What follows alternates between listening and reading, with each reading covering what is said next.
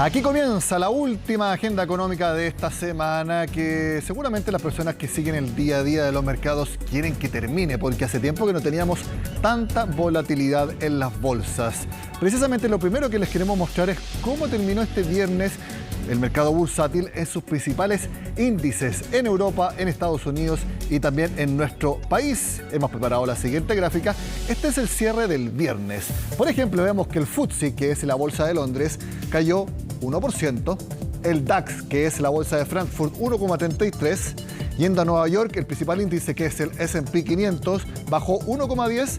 Y el IPSA tuvo el peor día de estas cuatro bolsas, cayendo 1,66%. Esto podría ser calificado como un mal día, pero si eso era en términos normales, porque este fue en realidad, si lo comparamos, dentro de todo, un buen día. Recordemos que fue lo que pasó el lunes, que fue lo que pasó también el miércoles, porque lo que sucedió con Silicon Valley Bank, First Republic, Signature y Credit Suisse remeció absolutamente a todo el mercado financiero en el mundo. Caídas de casi 4% en una de las jornadas fue lo que vimos esta semana en las bolsas. Por lo tanto, esto todavía no se termina. La volatilidad sigue porque las incertidumbres sobre la sanidad financiera de las entidades todavía está cuestionada y por lo tanto veremos días como estos más adelante. Eso es prácticamente una certeza. También lo que es una certeza fue el disparo del dólar, porque principalmente con lo que sucedió con Credit Suisse el miércoles, tuvo una arremetida de más de 30 pesos, solamente entre miércoles y viernes. De hecho, hoy subió hasta 836 y por eso acumula esta alza de más de 30% durante la semana. Y me encantaría decirles que las proyecciones para el dólar son bajistas, pero no es así. De acuerdo a las últimas evoluciones, en el mercado creen que el tipo de cambio en Chile se va a depreciar, es decir, el peso va a caer aún más frente al dólar, que podría llegar a 860. Ante la posibilidad de tener una política monetaria aún más restrictiva en Estados Unidos y el mundo, los bonos tienden a aumentar su rentabilidad y con ello asustar a los inversionistas que miran con cautela el desempeño de la economía mundial ante la persistencia de la inflación, como señaló finalmente el Banco Central Europeo. El cobre rebota un 0,39% al término de la sesión, marcando de cierta forma todavía un aliento para el peso que cotiza en torno a 830 pesos por dólar, buscando superar dicho nivel y alcanzar valores superiores de acuerdo a nuestras expectativas. Nuestra previsión señala avance hacia la zona de los 860, 870 pesos por dólar, en donde los fundamentos de mediano y largo plazo se centran en una política monetaria aún más restrictiva para Estados Unidos, considerando la posibilidad de conocer mayores alzas de tasas durante las próximas reuniones y que podrían todavía sustentarse en torno a los 50 puntos básicos. Por ahora, los riesgos están limitados en la banca a nivel internacional, pero con cuidado, por supuesto, a mirar el efecto contagio que esto pueda producir en Europa y en el resto del mundo. Durante toda la semana en Agenda Económica, tanto la edición AM como esta, que es la PM, tuvimos conversaciones y entrevistas para entender qué es lo que sucedió con los bancos, tanto en Estados Unidos como en Europa con el Credit Suisse. Damos un resumen con estas conversaciones para que entendamos qué fue lo que pasó.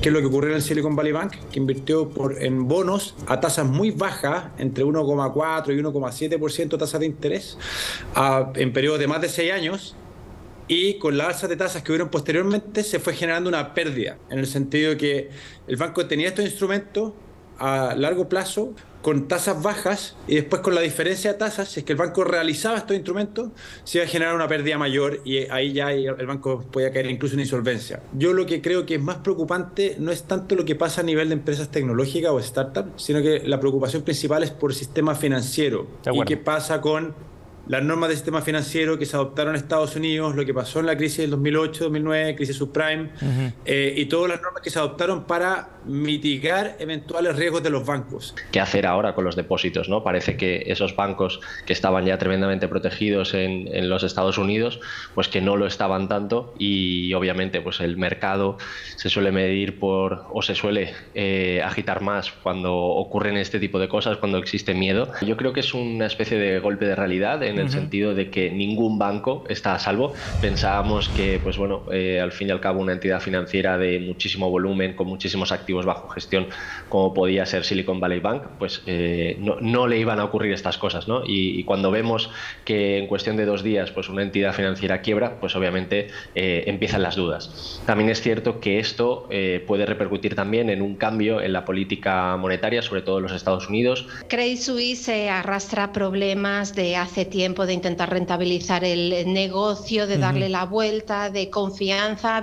Sí que tienen en común con Silicon Valley que ha habido retirada de depósitos. Todos los sectores en general viven de la confianza, ¿no? Pero el sector bancario, si cabe, más. Entonces, cuando el mercado, cuando los accionistas, cuando los clientes empiezan a desconfiar de un banco, pues sí que es cierto que se puede generar un efecto contagio, y precisamente eso es lo que ha buscado evitar Estados Unidos al poner ese backstop, esa red de seguridad. No hay que olvidar pues, que en el último año Credit Suisse ha tenido una pérdida de unos 126.000 millones de euros de depósitos, digamos, de clientes, lo cual pues le sitúa en una situación de ratios de capital muy peligrosa, ¿no? Y de ahí que tenga que buscar de forma muy urgente ese apoyo, bien sea del gobierno, bien sea del Banco Central de Suiza. Eso es precisamente lo que han intentado atajar en Estados Unidos en una reunión de emergencia en 48 horas después de quebrar. Por un lado fue el Silvergate, después quebró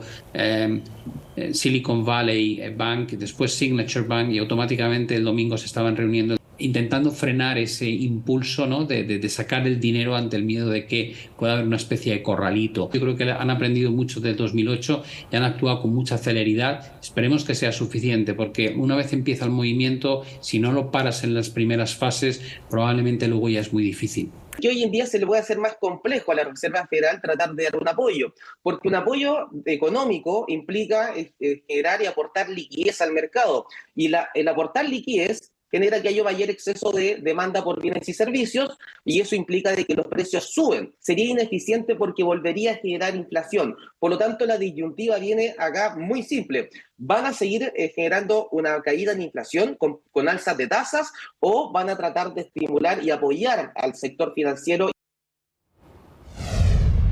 Bueno, esta semana el Banco Central Europeo subió la tasa de interés en 0,50%, es decir, 50 puntos base. Muchos atribuyen a que lo hizo independiente de la situación de Credit Suisse para dar la señal de que el resto del sistema financiero en Europa no tenía problemas, al menos como señal. La pregunta es qué es lo que va a hacer la Fed de Estados Unidos, la Reserva Federal, la próxima semana, que también tiene su reunión de política monetaria. También subirá la tasa de interés en 50 puntos base como se tenía previsto, para así dar una señal de tranquilidad a los mercados. Estaremos atentos en Agenda Económica y se lo contaremos. Y también siempre queremos contarles cuáles son las mejores recomendaciones de inversión, específicamente en estos días que han sido de bastante incertidumbre y muy volátiles. La verdad es que no hay dos lecturas. Todos apuestan a la renta fija y a los depósitos a plazo.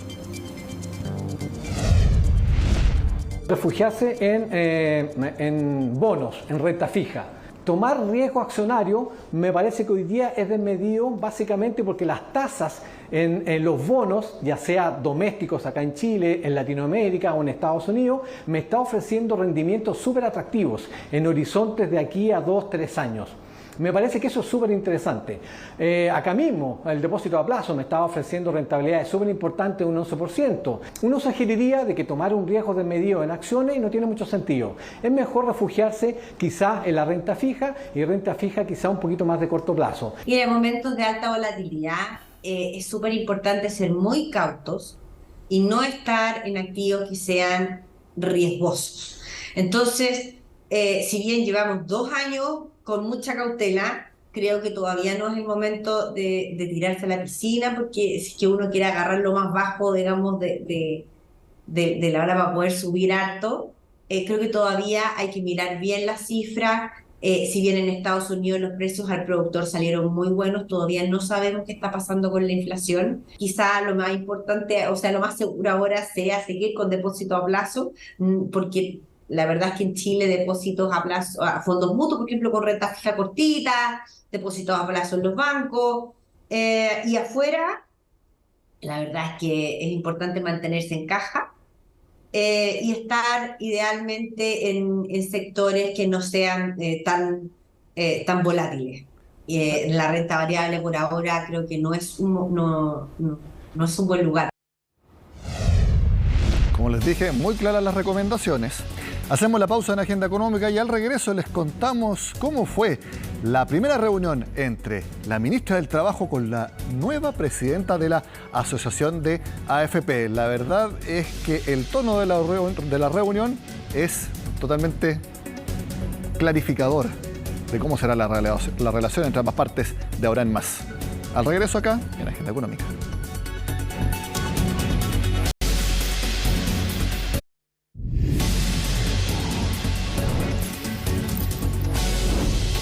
Este viernes, y sin una convocatoria pública para la prensa, se reunieron la ministra del Trabajo, el subsecretario de Previsión Social, con la nueva presidenta de la Asociación de AFP.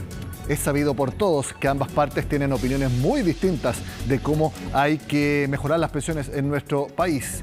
Quiero que vean las declaraciones tanto de la ministra del Trabajo como de la nueva presidenta de la AFP para que se den cuenta del tono de la conversación. Como gobierno hemos manifestado y reiterado nuestra intención de que la industria de la AFP se termine para dar paso a un sistema en el cual haya un servicio público y diversos inversores, tanto públicos como privados, donde las personas puedan ejercer su derecho.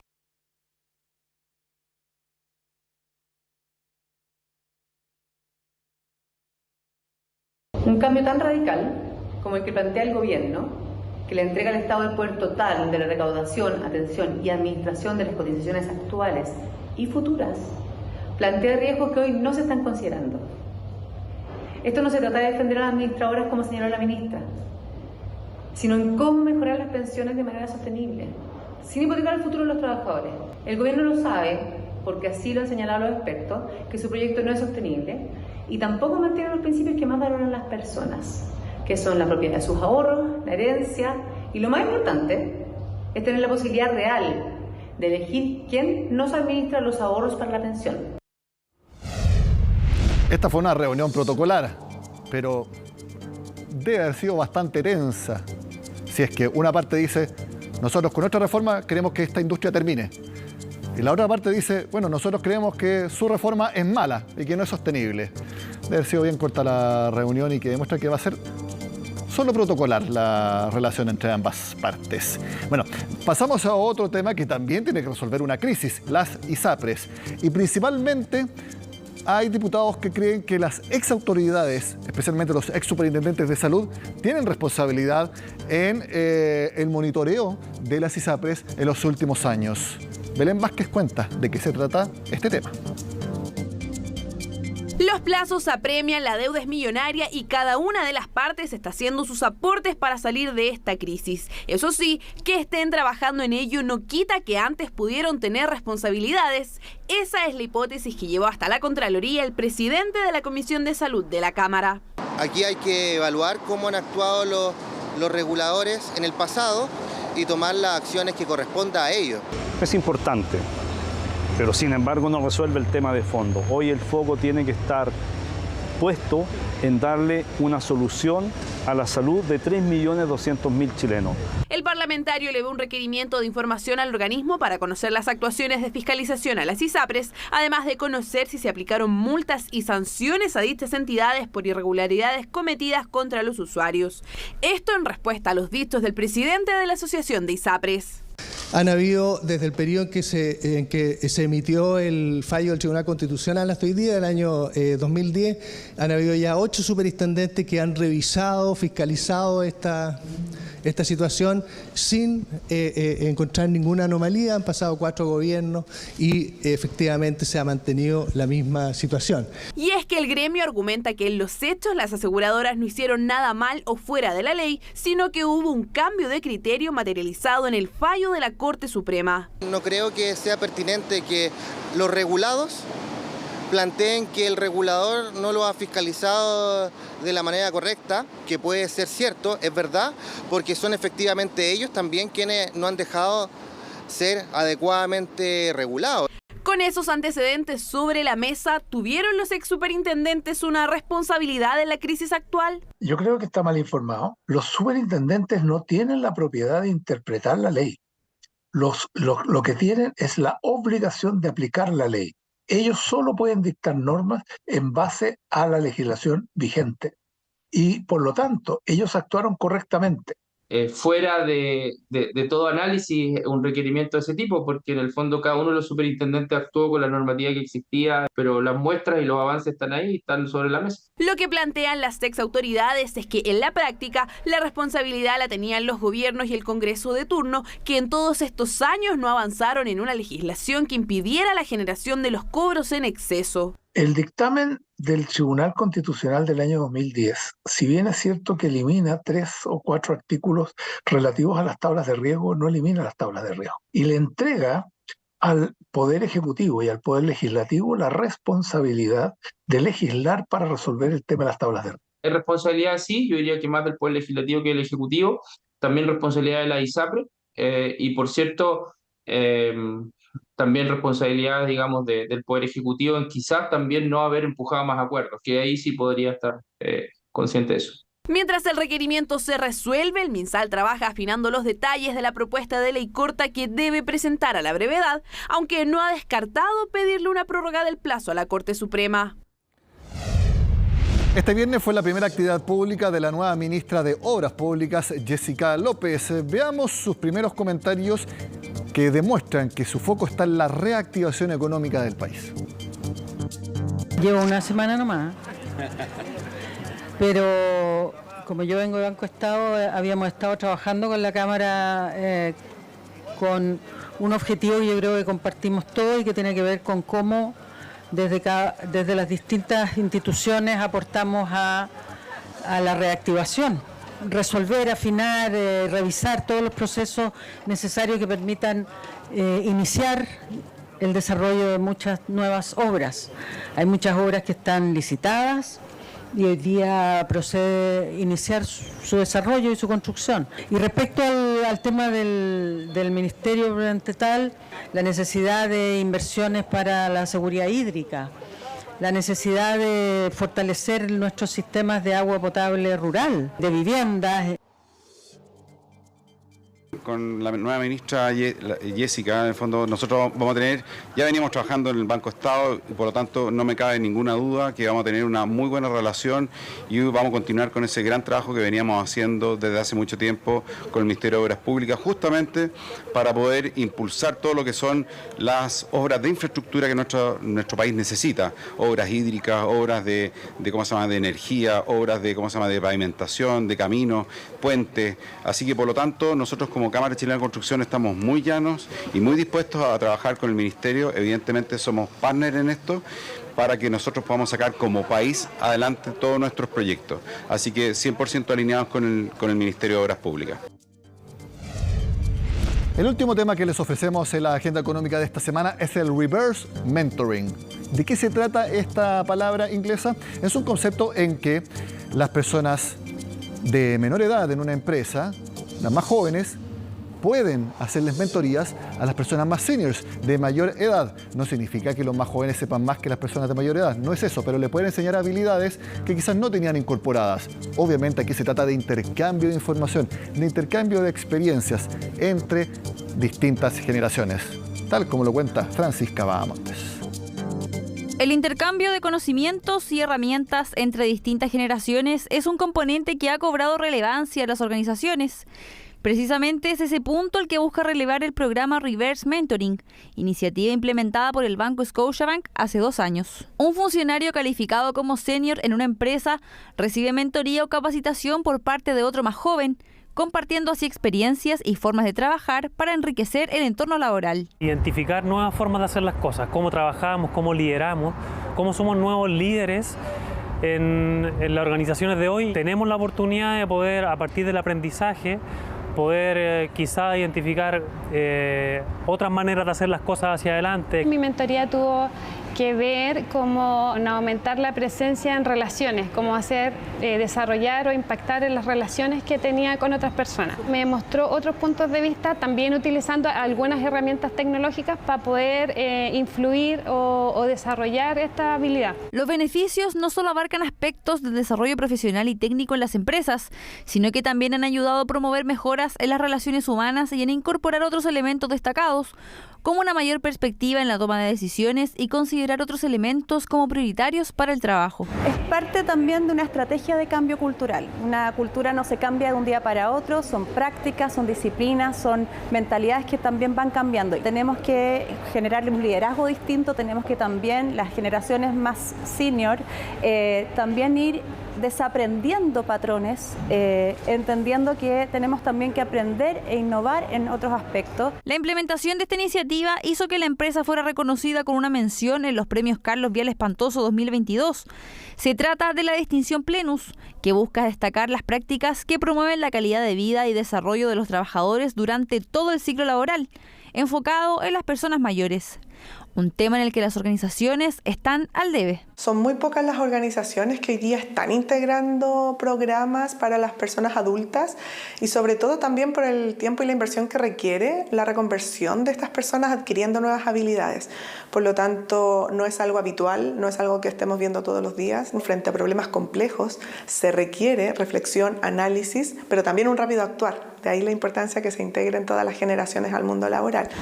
Al año 2050, 1 de cada 3 individuos en Chile será una persona mayor, por lo que la diversidad generacional en los espacios laborales se ha vuelto más común.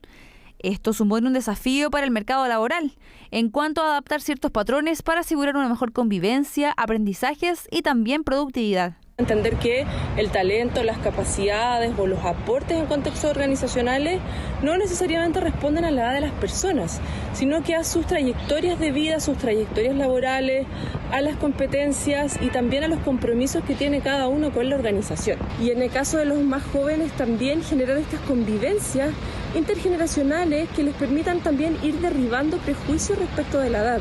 El reto para las empresas se concentra en destacar las distintas habilidades de forma transversal, sin distinción de edad, desde que se convoca para atraer los talentos y durante el desarrollo de la carrera de los funcionarios. Así, herramientas como el Reverse Mentoring se convierten en una oportunidad para potenciar a todos los integrantes de una empresa. De esta forma termina la agenda económica de esta semana. Sigan con nosotros acá.